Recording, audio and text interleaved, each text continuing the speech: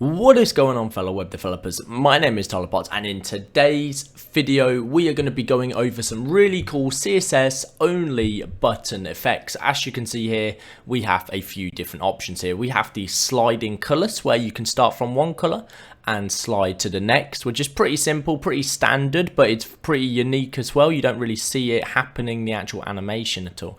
Another one is the bubble, which allows a bubble to grow from the center of the actual area, the button, and grow out until this, which is another pretty cool button we're going to be doing today.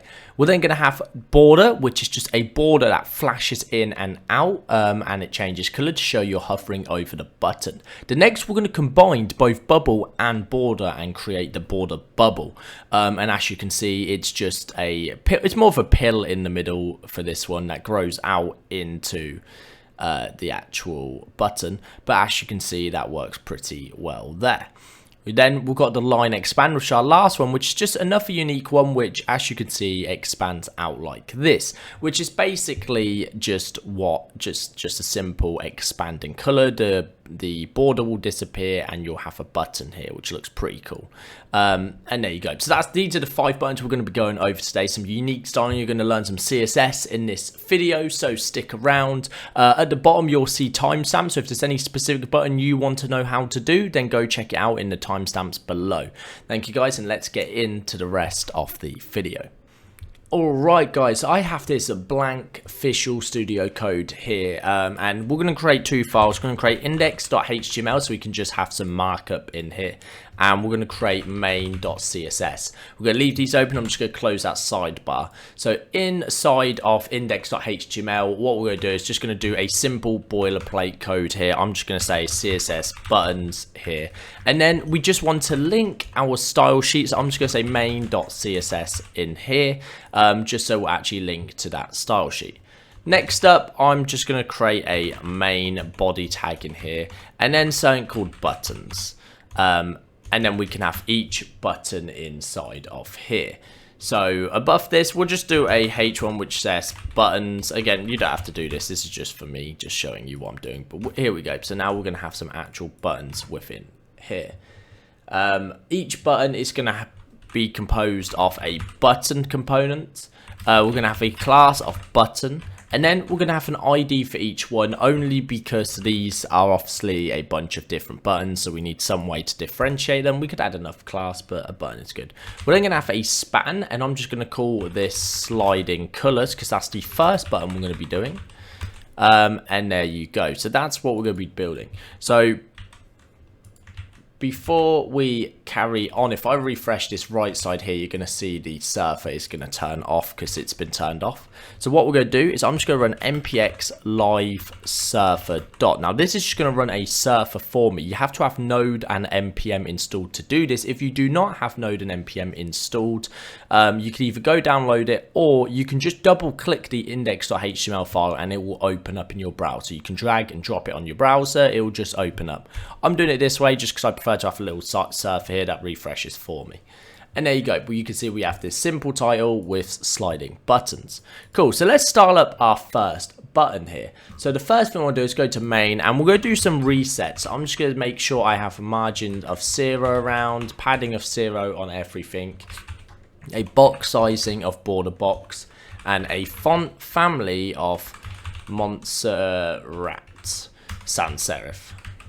And the reason all of these don't necessarily need to be on, but you'll need to make sure you use these relevant ones inside of the buttons itself when you actually go to create them. So we're going to create a main, and we're just going to add a padding of 4 rem to push everything down, and 2 rem like that, just to bring everything in a little bit. And then we're going to go to our H1. We'll just go text align center. Font size can be 2.5 rem, and we'll just do a margin bottom of 2 rem. And there you go. Let's push everything down. You know what? Let's push everything down 4 rem. I'll push it further down.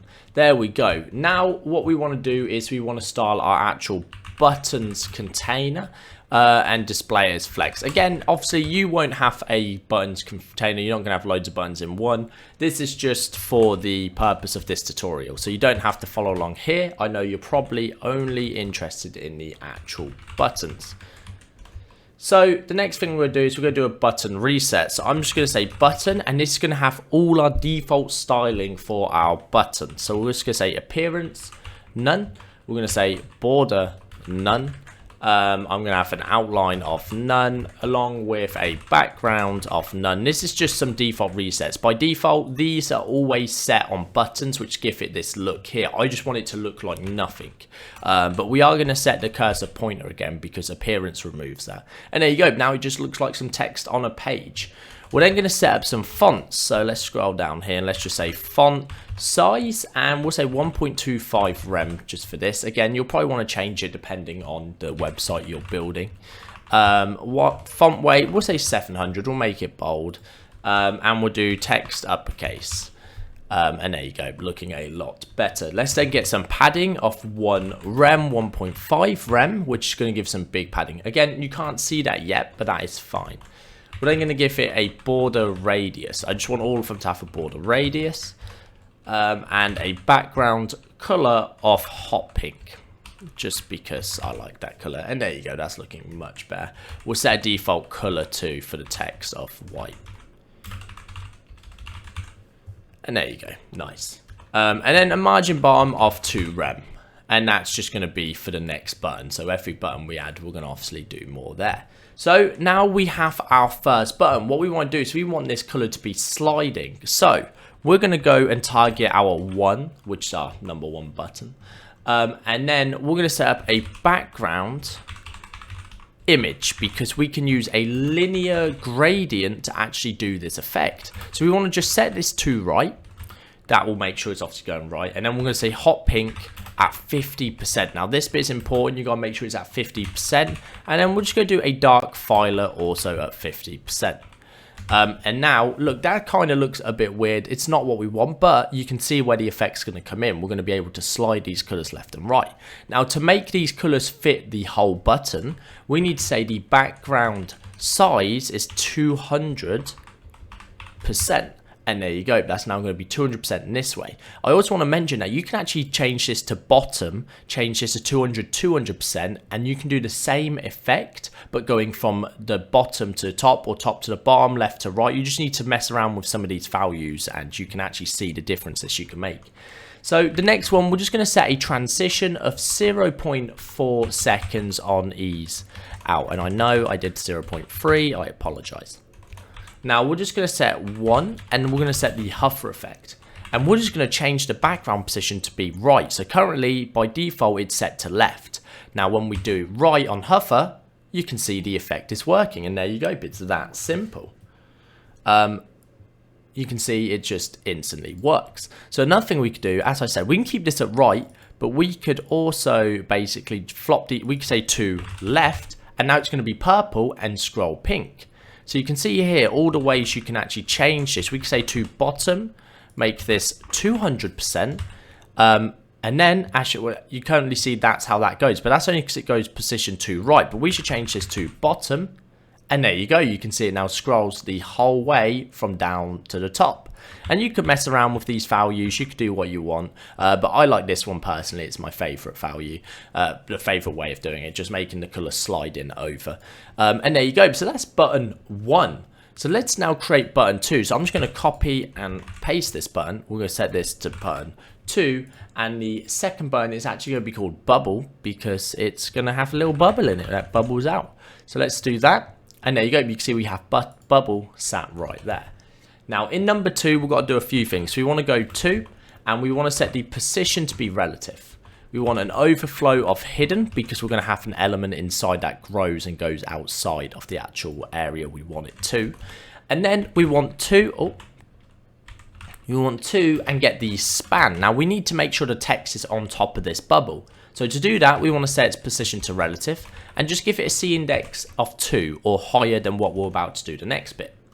So we're going to use the pseudo element of after to actually create a new element inside of our CSS, inside of our bubble. So we're going to create content. This has to be here when you use pseudo element of after or before, because it always needs some content to be visible. We don't want to set its position to absolute. I'm going to say top 50%, and left 50%. We're then going to set a transform translate of -50%, -50%. And finally, a C index of 0. So you need to make sure this C index is smaller than this C index for the text to appear on top. We're then going to give it a width of 0 and also a height of 0. We're then going to set a background color of dark violet, and then a border radius of 999 pixels. Now, the reason I don't use 50% is because 50% will, even if it goes like it doesn't grow correct, it'll look weird. Basically, 999 keeps it smooth circle, smooth edges, whereas 50% will overlap, which causes some weird looks. And we're going to use the same transition again, but this time we're going to set this to 0.8 only because we're going to be doubling the size of this, which means it's going to take 2 times as long to get to the edge. And that's why we're going to set it to 0.8. That'll make it, yeah, it'll be 2 times as big, which means we need to take 2 times as long to actually grow it. So what we're going to do is, now I'm going to say 2, then I'm going to say hover, and then after. We're then going to set the width to be 200% and the height to also be 200%. And all that's going to do is allow you to grow a bubble. But you can see it's currently more of a pill.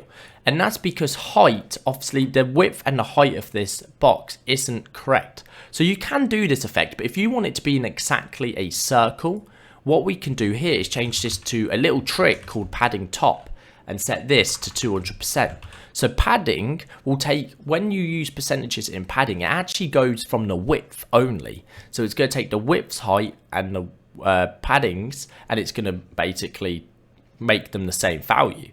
So here you can see we now have a circle. So if we put this at, let's say 5, just so you can see a slow grow, you can see there's a bubble that grows out all the way up, and it's perfectly circular, which is great. So let's put this at 0.8, and there you go. We now have this bubble effect, and you can mess with this. You could say 0.4 if you want to be a lot quicker, and so on and so forth. So you can see here we have 2 different animations there. So let's do the third button, which is going to be the number 3. And this one is going to be, what was number 3 again? It was the border. We're going to do the border, which is actually one of my personal favorites. Border. There we go. So number 3, how do we do number 3? Well, we want to first off do a similar thing to number 2 by getting the position of the spans. So here we want to copy this. It's going to have the same thing here, and we're going to change this to be, we're going to take away overflow hidden, because also we need to change these to say 3. We're going to take away overflow hidden just because the border is going to come from the outside. And then in number 3, we also want to do a bit more. We want to say background color. We want it to be transparent.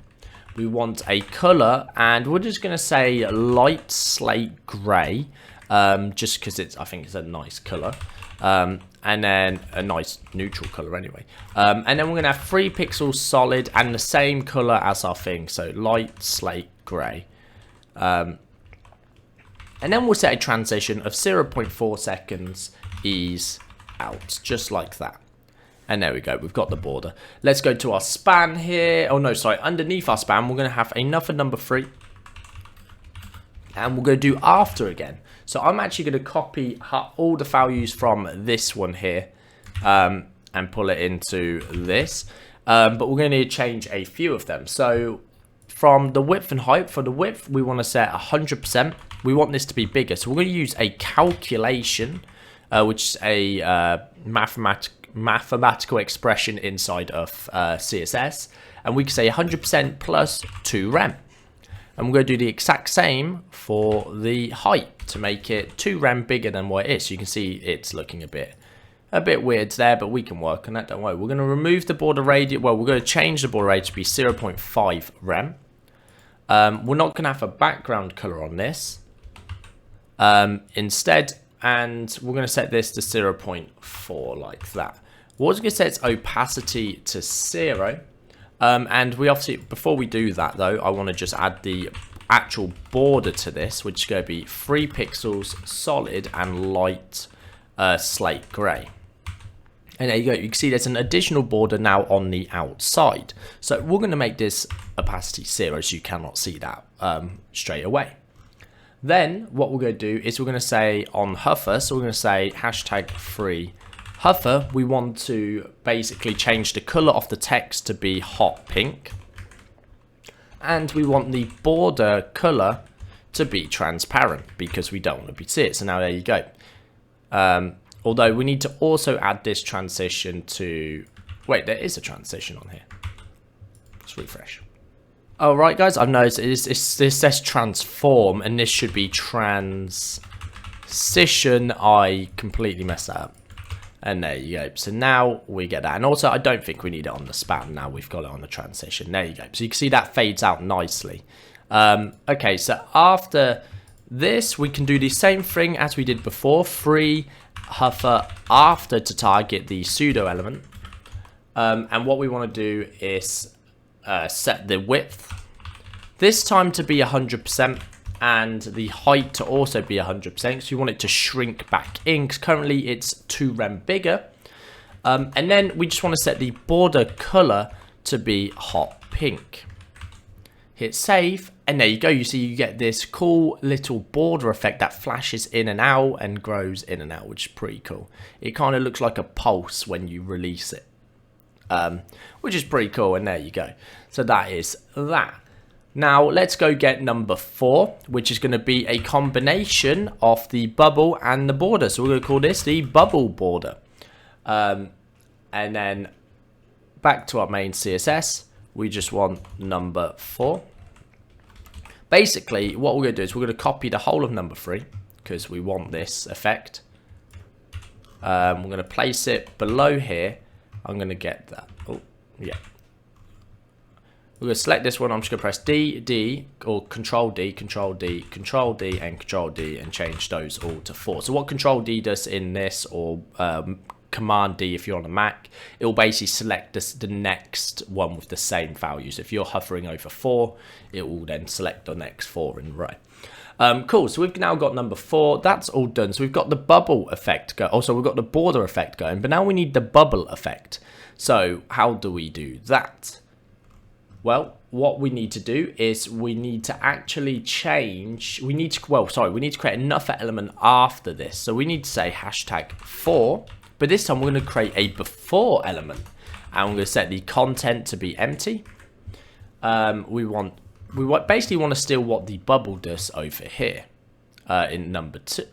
Is it number 2? Yeah, number 2. So we want to copy this and take this down into the before and paste that in. Now we're going to change a few things. We don't want the border radius to be 9999. We want it to be the same.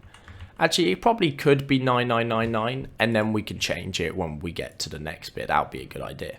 So we're going to copy. We're going to copy this, and we're going to go down here. And what I'm going to do is change this to be before. This is going to be 100%, 100%. And what we want to do is we want to remove that. And we're going to want to set the border radius to 0.5 rem. We're also going to change this to hot pink, just because I think hot pink is better. We're going to change this also to be 0.4 seconds. Okay guys, so I've just noticed we forgot to change the ID to be 4. And there you go, that's now working. Other than, you can see the text now disappear, so we need to fix that. So let's go back here and change the actual hover color to be white. And there you go, that's how it works. You could also probably overshoot the before to go another, let's say 20%. But that would fill the second barrier too, so probably not 20%. Probably something less, like you'd probably calculate and go 1 pixel bigger, because if you can see when you hover up, there's like a slight there's like a slight white gap around the edges, which is because the 100% for some reason with the border radius doesn't go the whole way. So to counter this, what I think we can do is we can say calculation plus, let's say 1 pixel with the width. Close, let's do 2 pixels. And let's do the same for the below. Oh, it's getting close. We probably need 5 pixels altogether. And there you go. That now fills it out perfectly. So you can have a full filled one there. You just might need to mess around with these values. I think it'll be different depending on your button size. But there you go. That looks to work perfectly. Alright, so now let's get on to the final button, which is number 5, which is going to be the line expand, which is, again, another one of my personal favorites here. It's more unique than the ones you normally see. And we're going to say line expand. And this time we're going to remember to change this to 5. So there we go. We now have line expand. And let's go and do number 5. So we're going to steal number 4 here again, and probably the span as well. We're going to grab both of these, bring it down here, and just say this is going to be 5, like that. Change both of those. And there you go. We've got that simple button again. Now we're going to do an after position, so let's just copy this just to save time. And there you go. So we've got content, absolute, position, left, right, and this time we want to remove. We want the height to be 0. We want the calculation to be exactly 100%. We want overflow hidden on our actual thing. And then what we want to do is we don't need this border on this after effect anymore. We can have the border radius, but I don't think we need it. So let's just remove the border radius. I think it'll look a bit weird. Opacity we're going to take off again. So it's just going to be the height we really change here. So when we hover over our 5 hover, we want the color to go white. We also then want to go to 5 hover after, and we want to set the height to be, let's say, 150% maybe, or 100%. Let's go for 100% here. We also want to set the border color on this one, the border color, to be transparent. That's worked, but our actual hover has not, because we have not set a color on it. So we need to set a background color of hot pink, or any color you want. And it still didn't work. Background color, we're going from height 0. Oh, and this still says 4, which it should say 5. You've got to always remember, and there you go. Now it works. I was wondering, I was like, that should work. Why doesn't it work? But there we go. We've just got to remember to make sure we change these. It gets confusing when you're working with loads of different types of buttons. So guys, now we have 5 new buttons, and I've showed you a bunch of different CSS practices you can try out and see how they work. Why don't you try and combine some of these? Maybe you can combine this border effect with our line expand, or maybe you can expand the sliding colors with the border or the bubble. I don't know how that would work with the bubble and the sliding colors, but you can try it out. You can see all these different effects here. You can mix and match them, try different ways, try and mess around with it and see what you guys can come up with and create. You can create some really cool and unique buttons as well. So there we go, guys. I hope you enjoyed this video. If you did, do not forget to leave a thumbs up, smash that subscribe button, and leave a comment down below. If you have any questions, you get stuck, or you need some help, feel free to hop in my Discord server where someone should be able to help you with your questions. Just jump in, the link's down below, hop in Discord, jump in a help chat and be like, hey, I need help, somebody help me. And hopefully if I'm around, I'll help. If not, my moderators are really good at responding as well. So there we go. But also, if you do jump in the Discord and you try and message us at like 2 AM, most of us are European, or in Europe, and 2 AM, well, for example, 2 AM, most of the time when you're in America and you message, we're asleep, so I apologize. We'll get back to you in the morning when we wake up. But anyway, guys, thank you all for tuning into this video, and I will see you in the next one. Peace out.